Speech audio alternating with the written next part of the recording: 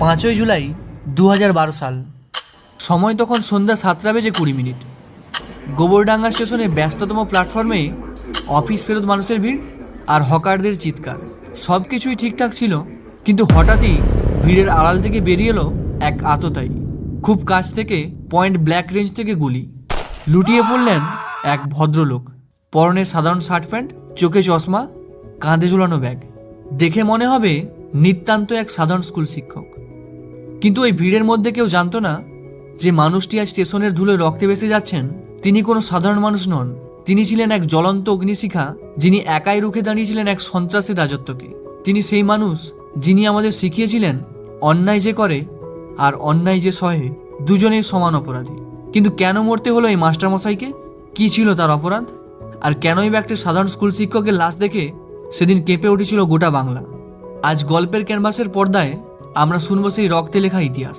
শুনবো শুটিয়ার প্রতিবাদী নায়ক বরুণ বিশ্বাসের গল্প। গল্পটা শুরু করার জন্য আমাদের পিছিয়ে যেতে হবে 2000 সালের গোড়ার দিকে। উত্তর 24 পরগনার শুটিয়া এলাকা আপাত দৃষ্টিতে শান্ত ছায়াঘেরা এক গ্রাম, কিন্তু সেই সময় শুটিয়ার বাতাস ভারী হয়েছিল দীর্ঘশ্বাসে আর চাপা কান্না। কারণ শুটিয়া তখন এক সাধারণ গ্রাম ছিল না, হয়ে উঠেছিল এক মগের মুল্লুক। এক স্থানীয় দুষ্কৃতী দল এবং তাদের নেতা সুশান্ত চৌধুরী পুরো এলাকাটাকে নিজের জিম্মি বানিয়ে রেখেছিল। অবস্থা এমন পর্যায়ে পৌঁছেছিল যে বিকেলের সূর্য ডোবার পর বাড়ির মেয়ে বউরা ঘর থেকে বেরোতে ভয় পেত। ধর্ষণ, খুন, তোলাবাজি এগুলো হয়ে দাঁড়িয়েছিল নিত্যদিনের ঘটনা। পুলিশ প্রশাসন তখন ছুটো জগন্নাথ। ভয়ে কেউ মুখ খুলত না, কারণ সবাই জানতো মুখ খুললেই পরের দিন তার লাশ পাওয়া যাবে কোনো এক ঝোপে ঝাড়ে। এক অদ্ভুত শ্মশানে নীরবতা গ্রাস করেছিল শুটিয়ার গ্রামকে। মনে হচ্ছিল এই অনাচারের কোনোদিন শেষ হবে না। মানুষের মেরুদণ্ডটা যেন ভয়ে কুঁকড়ে গিয়েছিল। কিন্তু কথায় আছে, পাপের কলস পূর্ণ হলে তা ভাঙবেই। এই ঘন অন্ধকারের মধ্যে জ্বলে উঠল একটি প্রদীপ। বরুণ বিশ্বাস, কলকাতার বিখ্যাত মিত্র ইনস্টিটিউশনের বাংলা বিভাগের শিক্ষক, আদতে শুটিয়ারই ছেলে। কিন্তু তিনি চাইলে পারতেন চোখ বুজে থাকতে। তিনি পারতেন কলকাতায় নিরাপদে জীবন কাটাতে, যেমনটা আমরা অনেকেই করি। আমার তো কিছু হয়নি, আমি কেন ঝামেলায় জড়াবো? এই মধ্যবিত্ত মানসিকতা তাকে গ্রাস করতে পারেনি, কারণ তিনি ছিলেন স্বামী বিবেকানন্দের ভাবাদর্শে বিশ্বাসী এক প্রকৃত মানুষ। তার কাছে শিক্ষার মানে শুধু বইয়ের পাতা মুখস্থ করা ছিল না, শিক্ষার মানে ছিল মেরুদণ্ড সোজা করে দাঁড়ানো। সপ্তাহের শেষে যখন তিনি বাড়ি ফিরতেন, গ্রামের মানুষের চোখের জল, মা বোনেদের উপরে হওয়া এই পাশবিক অত্যাচার তাকে রাতে ঘুমোতে দিত না। তিনি বুঝলেন কেউ আসবে না বাঁচাতে, ভগবান আকাশ থেকে নেমে আসবেন না, যা করার তা মানুষকেই করতে হবে। 2000 সালে বরুণ বিশ্বাস তৈরি করলেন শুটিয়া গণধর্ষণ ও প্রতিবাদ মঞ্চ। শুনতে সহজ লাগছে, তাই না? কিন্তু সেই সময় দাঁড়িয়ে যেখানে বাঘে গরুতে এক ঘাটে জল খায়, সেখানে এমন সংগঠন তৈরি করা ছিল নিজের মৃত্যুর পরোয়ানায় সই করার সমান। প্রথমে মানুষ ভয় পেয়েছিল, কেউ আসতে চায়নি। কিন্তু বরুণ বিশ্বাস ছিলেন নাছোড়বান্দা। তিনি বাড়ি বাড়ি ঘুরতেন, মানুষের হাত ধরতেন এবং বোঝাতেন, আর কতদিন ভয় পাবেন? আজ পাশের বাড়ি মেয়ের সাথে হয়েছে, কাল আপনার মেয়ের সাথে হবে, তখন কে বাঁচাবে? তার কথায় জাদু ছিল, কিন্তু তার চেয়েও বেশি ছিল সততা। ধীরে ধীরে মানুষের ভয় ভাঙতে শুরু করলো।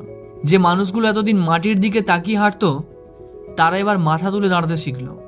বরুণ বিশ্বাস গ্রামের যুবকদের নিয়ে পাহারা দেওয়া শুরু করলেন। তৈরি হলো এক মানব প্রাচীর। তিনি গ্রামের মানুষদের বোঝালেন, আইন হাতে তুলে নেওয়া নয়, বরং আইনের সাহায্য নিয়েই আমরা এই লড়াই লড়ব। কিন্তু লড়াইটা ছিল অসম। একদিকে বন্দুক আর রাজনৈতিক ক্ষমতার দাপট, অন্যদিকে শুধু একদল সাধারণ মানুষের বুক ভরা সাহস আর তাদের নেতা বরুণ বিশ্বাস। বরুণ বিশ্বাসের নেতৃত্বে এই আন্দোলন দাবানলের মতো ছড়িয়ে পড়ল। সংবাদ মাধ্যম ছুটে এলো, পুলিশ প্রশাসন বাধ্য হলো নড়ে চড়ে বসতে।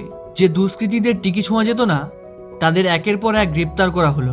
মূল পাণ্ডা সুশান্ত চৌধুরী ধরা পড়ল। শুটিয়ার মানুষ এক ঐতিহাসিক জয় পেল। দীর্ঘদিনের জমে থাকা কালো মেঘ সরে গিয়ে আকাশে আবার সূর্য উঠল। আদালত সুশান্ত চৌধুরী ও তার সঙ্গীদের কঠোর শাস্তির আদেশ দিল। আপাত দৃষ্টিতে মনে হলো গল্পটা এখানেই শেষ, এটাই হ্যাপি এন্ডিং। কিন্তু বাস্তব সিনেমার চেয়েও অনেক বেশি নির্মম। জেলবন্দি হওয়ার পরেও আক্রোশের আগুন নিভল না। অপরাধীরা জানতো এই পুরো বিপ্লবের মূলে আছে একটি মাত্র মাথা, বরুণ বিশ্বাস। তাই জেলের ভেতর থেকে চলতে থাকলো ষড়যন্ত্র। বরুণ জানতেন তিনি হিট লিস্টে আছেন, তাকে বহুবার হুমকি দেওয়া হয়েছিল, তার শুভাকাঙ্ক্ষীরা তাকে সাবধান করেছিলেন, বরুণ সাবধানে থেকো, ওরা কিন্তু তোমায় ছাড়বে না। কিন্তু বরুণ বিশ্বাস হাসতেন, বলতেন, আমি যদি মরি তবে আমার রক্ত থেকে 1000টা বরুণ বিশ্বাস জন্ম নেবে, কিন্তু আমি পিছু হটব না। তিনি ভয় পাননি, কারণ তিনি জানতেন মৃত্যুই শেষ কথা নয়। তারপর এলো সেই দিন, 5ই জুলাই 2012 সাল। বরুণ বিশ্বাস স্কুল শেষ করে কলকাতা থেকে ফিরছিলেন।